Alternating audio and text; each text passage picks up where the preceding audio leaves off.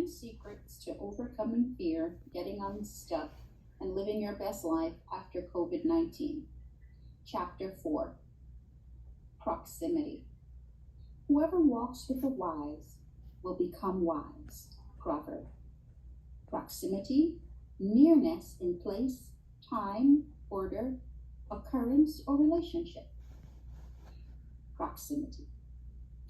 Surround yourself with people who are crushing it. According to Webster's dictionary, proximity is the state of being proximate or close.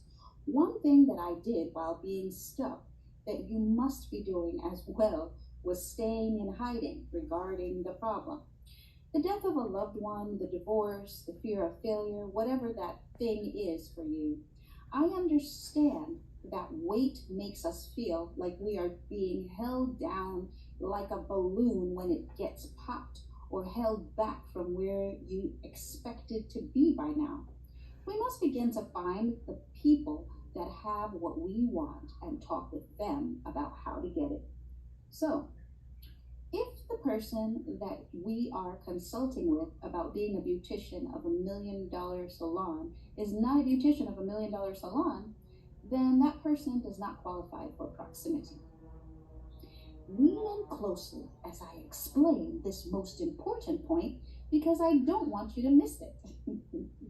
There are some people who will let us speak to them at length, at nauseum, about the problem that we think that we are making progress and doing ourselves a favor because that person will listen for hours on end. But that is not what I'm suggesting. Proximity means that we have found a person that is exuding success in the arena or area in which we want to be successful. In addition, that person is willing to listen to our challenge and help us along. So, if the person that you are consulting with doesn't have 1 million followers on Instagram and your goal is to have 1 million followers on Instagram, then this is not your ideal person for proximity. Let's say that you haven't found that beauty salon owner, but you have found Jeff Bezos, who is head of a billion-dollar company. Yes, he does qualify. Never take advice from someone who is worse off than you are. I am a life and business coach, talk show host, professor, political fixer, etc. And I have been through hardship and pain and loss and have gotten back up and I'm succeeding. But if you want coaching about how to grow your orchids, I'm probably not the best coach for you and would refer you to someone else. What sense does it make to confer with someone who is barely scraping by about how to launch $1 million business? If they knew how to launch $1 billion or $1 million business, don't you think that they would have launched it for themselves instead of giving us advice about how to do it? However, you can start with a mentor that earns $100,000 if you've not yet met that milestone. You do not need to start with $1 million coach if you haven't achieved smaller needlepoint moves yet. This thing is progressive. Start somewhere. Start with someone who is further along in the journey than you. Now, let's say that person had a successful business and lost it.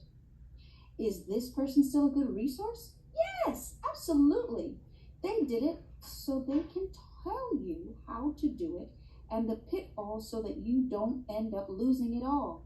Please don't be offended and write me nasty emails about how everyone is important to the community and important in the sight of God. Yes, we are all important, but we are all knowledgeable in our respective areas. The same way that I don't go to the shoe salesman for advice on how to perm my hair, I don't call an electrician when I need a mechanic to fix my car. Capiche? The whole concept of education is that you are going to learn from one that is well-versed and knowledgeable in your chosen field. I have a young friend who is starting her business. Instead of her talking to her seasoned coach, she's talking with her friend who knows less than she does about business. As I was struggling to move forward, one of the things that helped me was attending a conference in California, which put me in close proximity with others who had written books and were speakers and coaches in the personal development space. Plus, something shifted for me when the conference speaker held me close at the VIP session and gave me a big hug. Sounds super spooky? I can't explain it. How about when I burst into tears at the same conference when Dr. Angela fixed my jacket on the back of her chair? I was so full of memories of evil political people who had done me wrong, etc., that I was moved by her simple act of kindness. I got around the people who were like me or like I wanted to be. You see, another thing that I felt was important to share with you was that during my divorce, my ex had a contingent of people equivalent to the Sanhedrin Council to come to court to testify against me. There were so many people that the judge asked if this was a murder trial and appointed an independent investigator, as she wasn't able to hear all the testimony on that day. When the independent investigator saw the crowd of witnesses, he said to me, "You must be a very bad person." The reason for sharing this is in order for you to understand that I had seen some very ugly scenes. Then I worked in politics, which was also a very cutthroat profession. Then the death of my mom. Another ugly scene was when the pastor of the church reprimanded me during my mother's funeral from the pulpit for not talking about my mom's religious exploits when I wrote her obituary. Hence, I fully expected the lady to complain when she turned around and saw my jacket on the back of her chair. Instead, she smiled at me and fixed my jacket on her chair. Her kindness was so impactful because I hadn't seen much kindness during that season.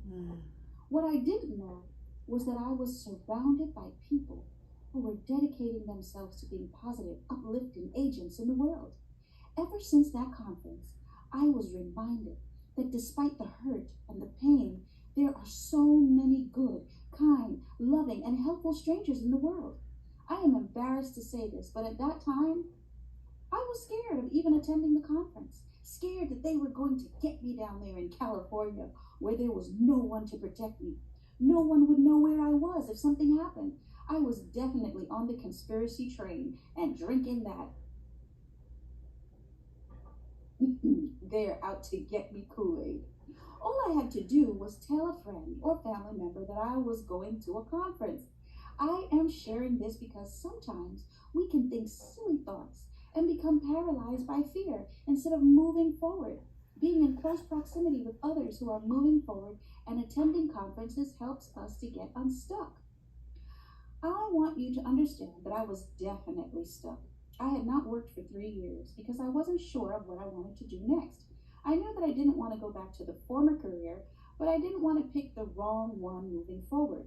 Not too many people can say that they could afford not to work for 3 years, so it wasn't the money. So proximity to what you want is essential. If you can only get around one person who's crushing it, get around that person. Or if you can only get to the TV set from which they are speaking, or YouTube, or webinar, or ebook that they wrote, get up and get to it. Story. I saw the lady who was having the conference initially on YouTube. I was searching for someone who I thought could help me. I made a phone call to her office and spoke with Morel, who somehow got me to spend $1,000 on the phone for a conference where I was going to spend another $1,000 for room and airline flight. I just literally was stuck and afraid. Then it gets even worse. There was my daughter. Who was going to watch my daughter while I was gone? She had to go to school, and I was scared and paranoid about going from New York to California to a conference by myself in Never Never Land, that my hair was literally falling out in clumps as I contemplated the venture. I had every excuse why I should not have gone to that conference at that time. So, there is nothing that you can say to me that will make me say that this stuff doesn't work, and that you can't come out of your situation with flying colors through coaching. The lady who signed me up for the conference, Norel, said that I had to be around it. She was absolutely right. The men and women that I met that weekend helped to lift me up and out of that dark place. I had to be around them. I needed to be in close proximity. Guys, I spent 3 days just smiling and grinning and Sometimes crying and being around real people who had already achieved or were achieving or starting at the beginning, like me, to achieve something great. The collective spirit and mind, power, or vibration, or whatever you want to call it, based on your belief, was in that room. This is in itself a miracle. But that's what I'm telling you. Once you get up and start moving in the right direction, things will come together that you can't make come together by yourself. I was there with the hugging. The ladies held me close and helped me up in love. You can feel it when you enter a room and there is a lot of love. And I'm not talking about church. I'm talking about genuine love, which may or may not be found in a church building. Perfect love casts out fear.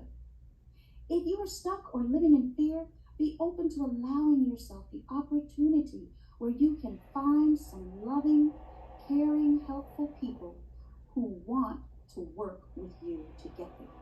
I remember hearing a lady speak about her book club. It was in the book club that she found proximity to the people that were moving and shaking in the areas that she wanted to move forward in. Do you give up on the journey? Do not give up on the journey. Remember, perfect love casts out fear. So position yourself to be around love. Yes, when you feel fear regarding the changes in the economy as a result of COVID-19, find love. You will find that when you start to hang out with certain people, you begin to speak the way that they speak. You begin to think the way that they think. You begin to behave the way that they behave instead of being stuck and in fear. So while you're speaking like a person who has just won a $10 million recording contract, you begin to behave like the person who has already won the contract, and then get around those who can actually give you a contract. Persist. Chapter 8. Don't give up and get frustrated. Action step for working with mentors. When mentors and people who have done it give you advice, please do not argue with them. I can tell you the number of times that I have shared good information with someone who needed it, and they had to argue with me. My life is living, breathing proof that every line that I have written in this book works, and it will work for you if you work it. I've already read and consumed tons of the John Assaraf, the Zig Ziglar, the Joyce Myers, the Joel Osteen, Tom Bilyeu content, to name a few, and attended conferences and taken courses and webinars. At this juncture, I am convinced that there's nothing new under the sun. The same challenge and fears that you have, someone else has already overcome. Therefore, we just need to get around those people and follow the principles that they follow on a daily basis to get out of the dark and into the light. None of this happens from your armchair. It happens by getting out and into another space, literally and mentally. Again, during the pandemic, get into the space virtually. Challenge. How many times have we heard a nugget of truth and thought that it was good? Then we've gone to get another nugget or continue listening to the audible. This is our challenge regarding proximity.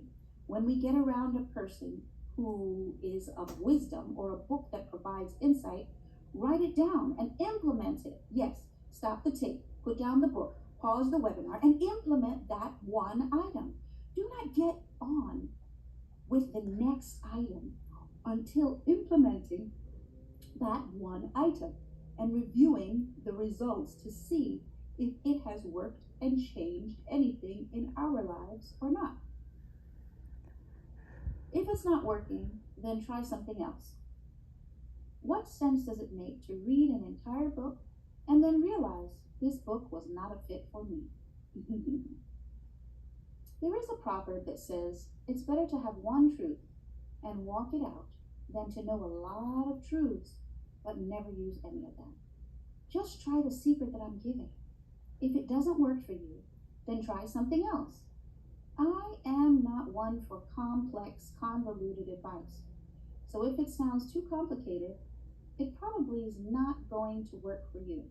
However, if it is doable, just do it. This is why some successful people in general are not willing to coach, advise, or mentor. They find it too hard to get people to actually act on their advice. So they see mentoring as time wasted. Remember that any wise person knows that time is the most valuable thing that we possess. If someone allows you to enter their space and gives you their time, then do not waste it. Just listen to what they say, take notes, and for goodness sakes, don't ask them the same thing over and over, and act. Act. Take action, which is from chapter 6, Momentum. Take action. Here's another story. I moved to South Florida and needed a job. Rather than just looking in the newspaper and applying online, I went to the mall regularly and talked with people. Ironically, there was a man doing recruiting for college students. I was not looking to attend college, but we ended up striking up a conversation about the Apocrypha. As we conversed, he shared that he was a VP of his own business and was friends with the president of the college and was only doing that to sharpen his knowledge and skills. As he was bored and wanted to get a flavor for what it was like on the front lines. He didn't give me a job, but introduced me to the appropriate person who then invited me to a group interview where I landed the job. For more examples about networking and job hunting, please check out my book, The 10 Secrets to Networking. Summary and activity. 1. Get in close proximity with the people who are doing what you want to do. Book clubs, networking events, Facebook groups. Who do you know? Who do your friends know? Ask them. 2. If physical proximity isn't possible, attend their conferences, read books, and watch their videos. Pick someone that you resonate with and begin the process. Who do you want to know? 3. What is your strategy for proximity? Getting around the people that encourage, illuminate, and make you stand on your tippy toes in order to be around them. What will you do to get around these people? 4. When you get around them, listen. Don't do all the talking. Ask all of your predetermined questions and write down information that is imparted and needs to be remembered. Get a notebook and write it or type it on your phone. You should always be writing and capturing nuggets of wisdom so that you don't forget. It's been debated that we remember 10% of what we hear and 70% of what we write. Regardless of the specific numbers, it is widely agreed upon that we remember more of what we write than what we merely hear. 5. Take action on the things that they say and do the things that they do. Remember, nothing happens until we take action. The end of chapter 4.